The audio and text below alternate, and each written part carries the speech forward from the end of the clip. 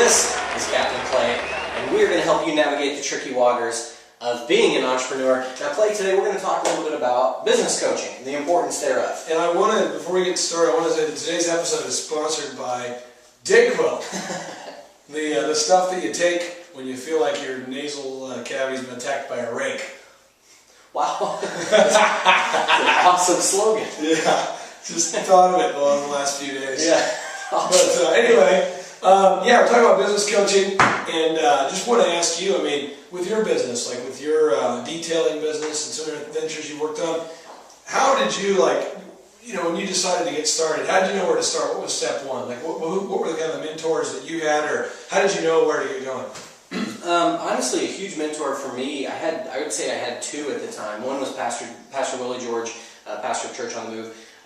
Always teaching, God will never leave you to do something you don't already know how to do. And so that was one big step for me. And then, shameless plug here, you were actually the other coach, and working with you at the DJ office and seeing how you did things. I don't think you really knew that you were mentoring me. I just took what you did and did that. It's puppet mentorship. That's where I was the puppet for him.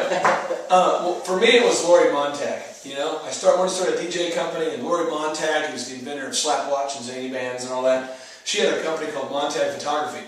And I didn't know anything about DJing. I had the two hoop earrings in, and I wore my hat backwards, and people wouldn't book me for weddings. I just didn't get it. And for me, being able to ask Lori Montag crucial questions at crucial times really helped me save years of time. And so I guess if you're watching this right now, I would ask you, who is it that you could reach out to that knows what you need to know? Or who maybe has already done it? You know, who's somebody you could look at their career and say, they've been successful in this area, what could I learn from them? I think that's super important that everybody here realizes you could spend 10 years doing it the wrong way, or 15 years, or whatever months doing it the wrong way, or you could find somebody who's already done it, ask them specifically what to do, and then kind of guide you along the way. But for you, step one, like was with Shine on a Dime when you were working on that, how did you come up with the idea to even provide that service? You know, I was just working in a detail shop at the time, and I knew I wanted to own my own business. And so I just thought, hey, I've got this, let's do something with it. Now, what did you do first thing? What was the first thing you did? A lot of things wrong. Okay. Terribly, terribly wrong. We were showing up to people's houses, hooking up to their water, their electricity, dressed in shorts and a t-shirt. And it took me about 2 years to realize how dumb that was. Let me ask you this. If a guy watching this right now is looking at starting a detailing company, not in Tulsa, Oklahoma, because if you do it in Tulsa, you're going down.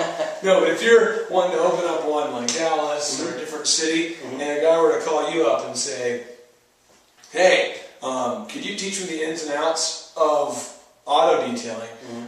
Do you feel like you could give them a pretty good list of what not to do? Oh yeah, absolutely. Do you think you could tell them what to do? I think I could give them some pretty good pointers, yeah. How much time do you think the person would save in mistakes if they were to hire you to coach? I did the wrong thing for probably about 3 years before I actually found out what to do to start succeeding with this. Because what I'm getting at is, for you watching this right now, if you need a business coach, I don't care if you can reach out to the best photographer in your town or the best expert in that area, best entrepreneur, it could save you years.